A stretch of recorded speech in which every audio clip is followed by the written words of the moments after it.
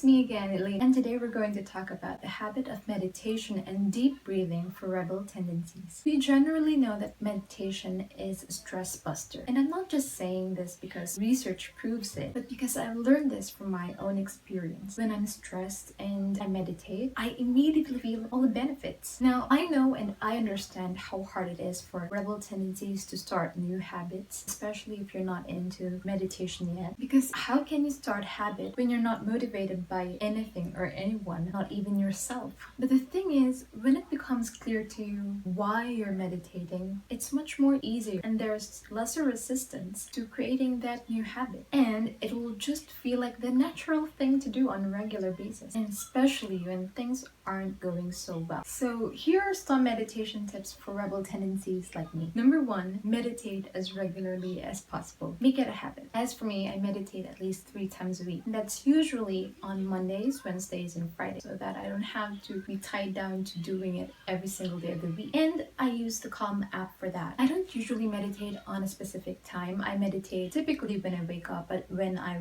wake up with my daughter, I meditate some time before I sleep. And that's okay for me too. The important thing for me is that I get to check it off my to-do list for that day, because that gives me a feeling or a sense of accomplishment. And I find it a very important habit for me, so that's why it sticks to me. I mean, I don't know where my stress levels or emotions would go without meditating for at least once a week. How about you? What kind of meditation works for you? It's important to be able to take note of your own habits and your activities so that you can tailor those to meet your meditation needs. Number two, breathe deeply during stressful situations. Even if you're not in the habit of meditation, or if you think that meditation is not for you, I think that deep breathing really works, especially when you're stressed or when you're facing some kind of challenging problem. And meditation is basically just breathing anyway. If there's one thing that meditation has taught me, it's that you can always go back to the breath. We'll always be distracted by so many things, and especially when we're in a tough situation, our stress levels are quite high. And I think if you just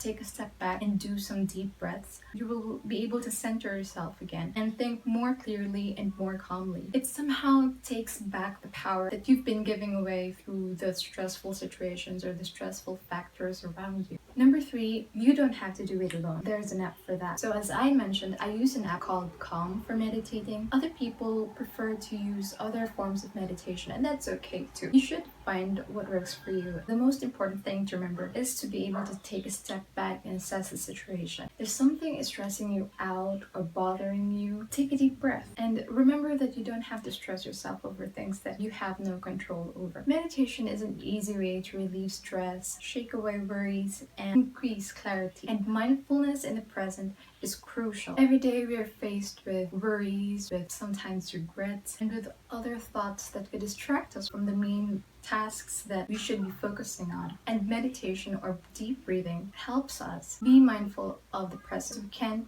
change what's in the past, and there's nothing that we can achieve by worrying about the future too much. What we only have is the present. Being right where you are is the only thing you can change, not the future or the past. And meditation teaches us that. It teaches us to recenter our actions here in the present. So that's it for today. Thanks for watching this video. I hope you subscribe, and if you like this video, click the like button below. See you again next time. Bye.